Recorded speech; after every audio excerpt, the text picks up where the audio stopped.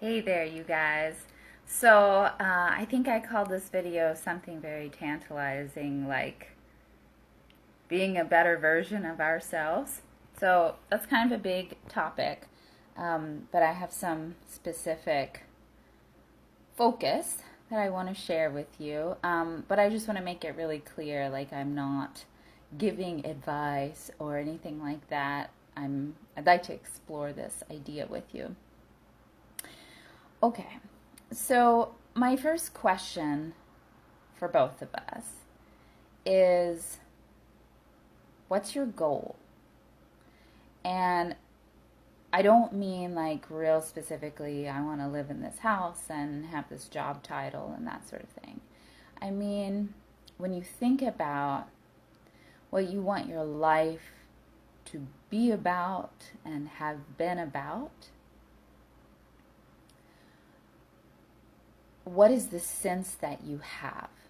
What do you feel, even if it's not super specific, what do you feel your calling of contribution is to the world in your, how do you want to give to your community, or what impact do you want to have on your community, your family, your other close relationships, your professional contribution, your creative contribution, your spiritual contribution, and how do you want to feel about yourself?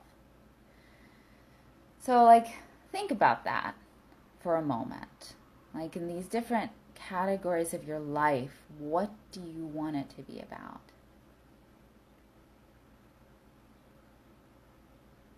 And I definitely have a sense. I have, like, some fairly clear ideas.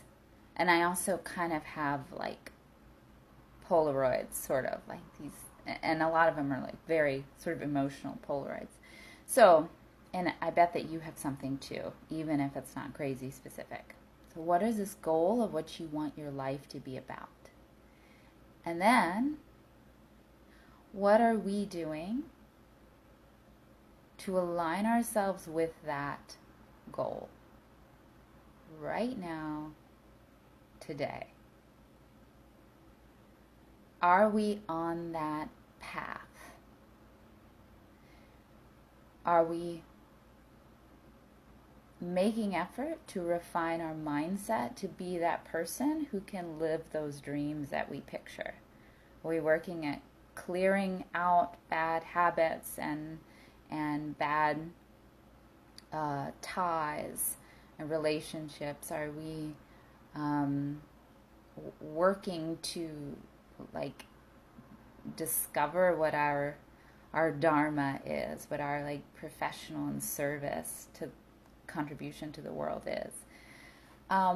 Because I know that I've lived a lot of my life sort of thinking like, oh, I kind of see myself doing this one thing, and one day it'll just happen. One day, like, someone will invite me to do this thing. One day, like things like that. Like, one day it'll happen. And I think, it's great to have hope and vision and that sort of thing, but it leads to dissatisfaction and, I think, inner disconnection when we're not actually walking down that path. So just think about it, because life is very distracting. It's very easy to get wrapped up in the day-to-day challenges that we face, and paying bills and making our boss happy and going to work, and we have this, and now we have to fix the plumbing and all this stuff, and the next thing we know, like, the children are grown, or we're bald, or whatever it is, and it's like, oh, wait, I didn't, like, get a chance to choose how I wanted to live. And we do have the choice, we just have to be conscious of it. And what really got me, like, wanting to talk about this today is that I've become, like, very shrewd when I encounter what I feel like might be bitterness from other people, because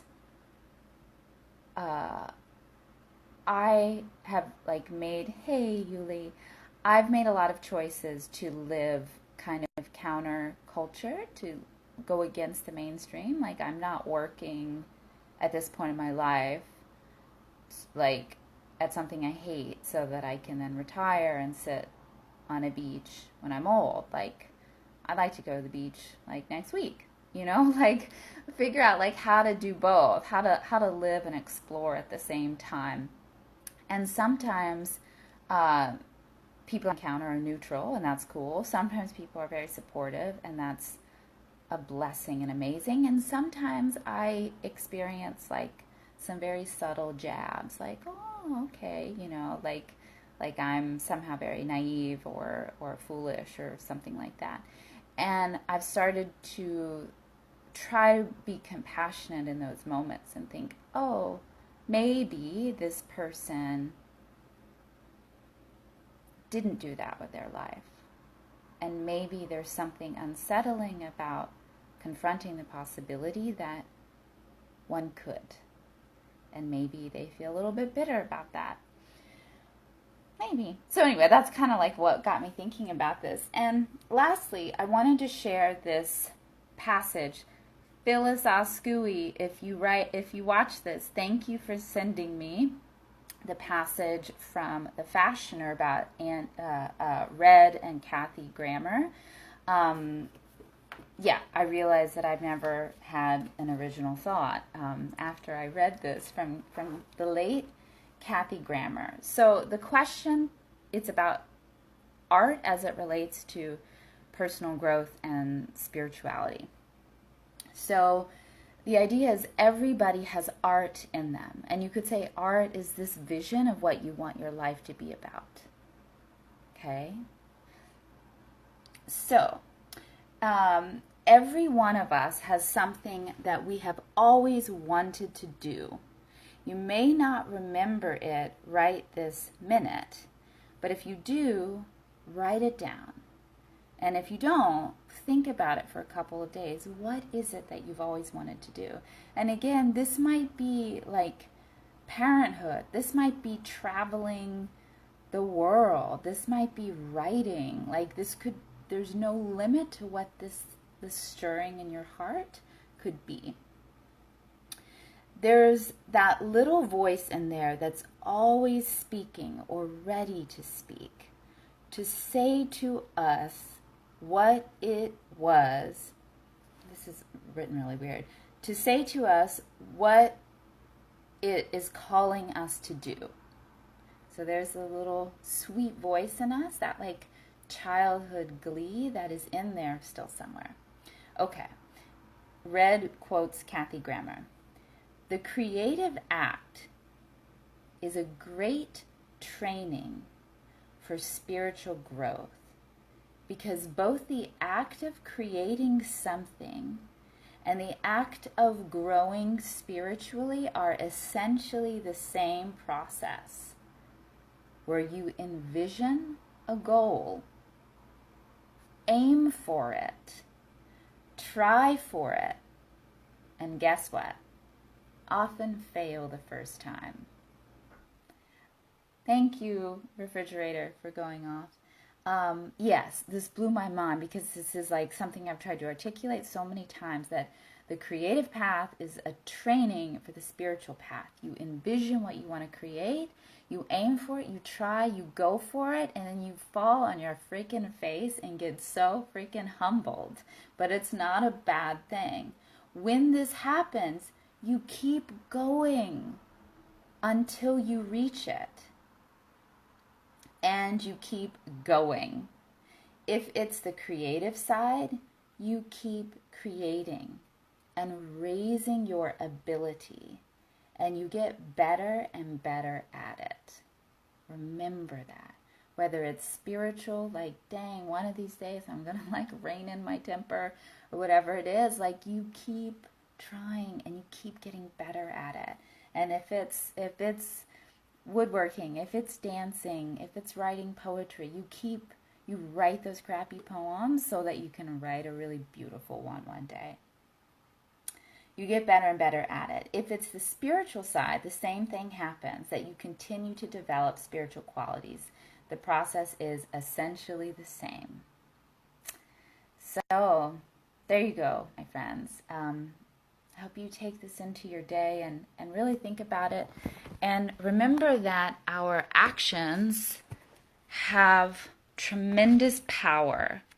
And part of it is like the tangible imprints that we leave on this life. And part of it is just the spiritual, like the madcap courage and beauty and spirituality to like do it differently.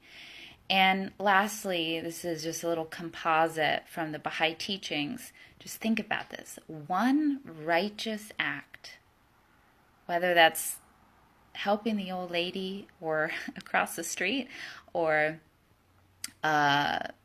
looking for a new job that's more aligned with what you want to do, or getting out that sketchbook, whatever it is that is righteous for you, and you know, you'll feel it. One righteous act is endowed with a potency that can so elevate the dust as to cause it to pass beyond the heaven of heavens. Or in other words, it can tear every bond asunder. So one righteous act has the power to like recreate reality.